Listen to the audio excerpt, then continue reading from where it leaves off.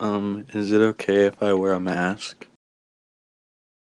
I am a part of Fart Clothes, which is an online thrift store with a focus on sustainability and the environment. My name's Angela Ritchie. My husband and I are the owners of Meadowbrook on Main. We are a vintage shop. We started out focusing on furniture and that kind of thing, and it has slowly evolved into what you see now, that we'll have some furniture, but we're everything vintage. I am Hanky Panky Vintage on social media and on the reseller platforms like eBay, Etsy, Poshmark, Depop, Mercari, whatnot, wherever, every place we can sell. So Hanky Panky Vintage is under the Meadowbrook on Main.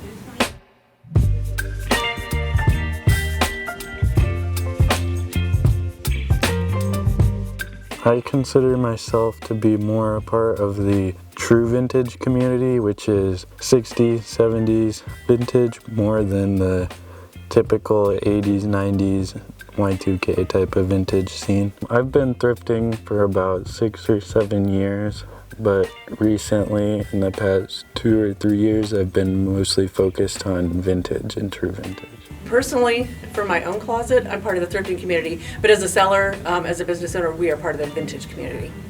I grew up going to garage sales, and it's different now than it was then. It was shameful. Back then in the 80s, it was something to be embarrassed about.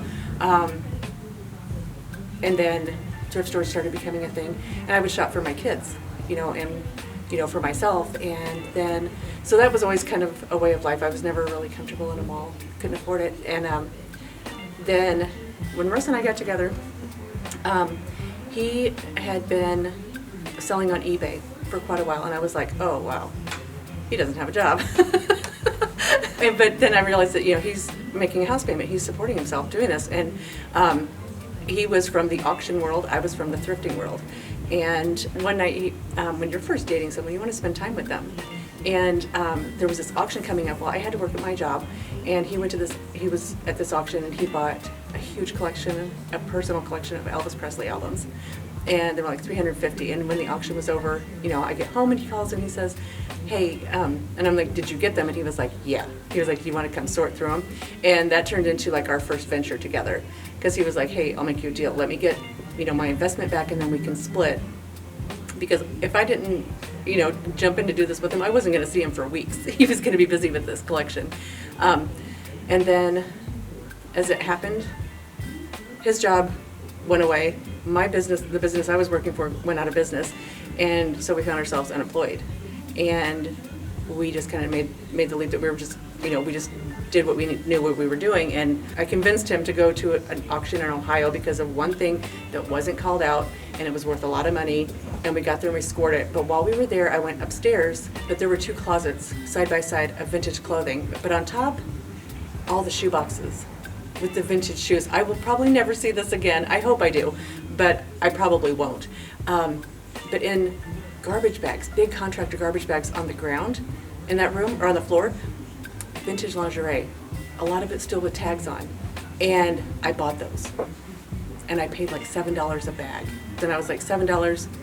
And to me, that was still like $7, because we knew we went with this much money, and the big deal was downstairs, and so I didn't want to waste any money. That never waste anything. And so the vintage lingerie is what started it all, and that's where the Hanky Panky Vintage came up, because it's just a little saucy throwback to like the 50s and 60s. She's got Moxie, a little hanky panky, that kind of thing. So I've always wanted to look cool, and always tried to make myself look cool. And what really sparked my interest in reselling vintage in general was during COVID, and during those times when everyone was locked inside, I thought, hey, I could really make some money with this. It got started when I saw this guy, Alex, on TikTok, and I bought a wholesale package from him. And from my experience reselling shoes, the cheaper stuff always moves faster. And so I thought, why not move stuff for cheap prices if I can get it for even cheaper? And that's how it sort of all started, was just arbitrage, simple arbitrage. 2 years ago, when I started to resell, is when I started focusing on quantity over quality almost. With this, you can, since it's all vintage from the 60s through the 90s, they're all one-of-a-kind pieces. You can very rarely find someone wearing the same stuff as you. But at the same time, they're all affordable prices with $10 tees, $15 sweatshirts, and $20 sweaters, outerwear, and pants. It is definitely a passion. You know, we love what we do. And I didn't really grow up in a house with antiques or collectibles, that kind of thing. I look back now and I have a couple of key pieces that is something that is now vintage, you know, but things that we were doing in the 70s are so vintage now. So for us, it was just kind of like stuff we grew up with. But like our home it's mid-century, it's a little boho, it's a little industrial. So yeah, we surround ourselves with it. We started out going to auctions. Occasionally I'll head a thrift store when I just get that itch that I'm like, I need to find some. If I have a specific need of like, I need a black skirt, or I need I'm looking for a purse, and I've got some time, I'll pop into a thrift store. We source directly from private estates, not estate sales, but families will reach out to us because we kind of cover the gamut between furniture and, clothing, art, music, all those things. Collections is what Russ really specializes in. Knife collections, coin collections, Zippo lighters, magazines, whatever they happen to be. So in the last 7 years, referrals, like we help one family, they tell somebody else about us. Just driving our trailer into a neighborhood to pick up from an estate, other people see us. The neighbors will walk over and say, "What do you do?" "My mom's going into assisted living," or "Someone's passed away." So we do a lot of sourcing direct from the estates. And then having a storefront, people walk in the door to sell us stuff all the time. And we have a separate cell phone number. And if they're hauling in a giant tub of something, I'm like, you know what, next time, shoot me some pictures and I'll point out what we'd like to see so that you're not hauling in a bunch of heavy stuff and wasting gas and your time. And we have people doing abandoned home cleanouts. We find some really interesting things. It might be one thing out of 500 that they bring in, but once in a while they'll hit on, and it's, they kind of learn like what I'm looking for. Many times that we're dealing with people who are grieving, or they've lost a loved one, and it's helping to kind of soothe their guilt for getting rid of someone's things, because we can't keep it all.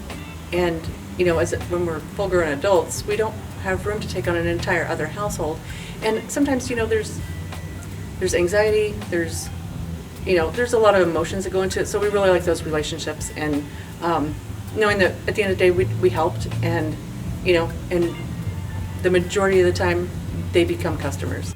So I either source the items myself personally through thrift stores, your Value Village, discount thrifts, or I have pickers who send me roughly 200 pounds of clothes weekly from Washington and from Texas, from Montana, who get their items who they send to me from a textile distribution warehouse, which is where Goodwill sends all their clothes and where all the other thrift stores send their clothes. I would say the most rewarding part is seeing people post their clothes, or seeing people post, "Hey, I just got this really sick piece for $20.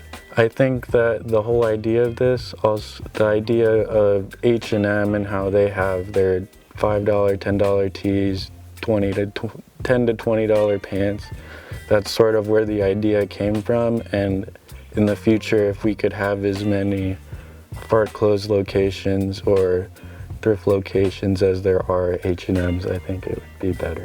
One thing that I always think about is how much clothes there is already. I think I saw a stat that said the average American throws away 80 pounds of clothes each year, which I think is a very viable answer, because I could pick up 100 pounds of clothes from multiple people weekly. And I think that buying secondhand always is always better because you can make the person's day, you can make the seller's day, and you can get your day made by getting a cool piece. This is probably my most prized thrifting find. It's a 80s flock print.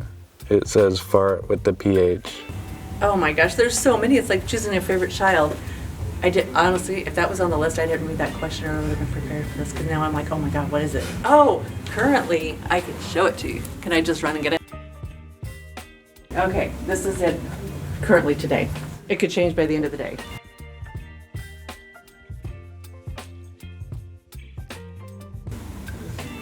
It's a vintage Gunny Sacks Jessica McClintock, but look at the sleeves.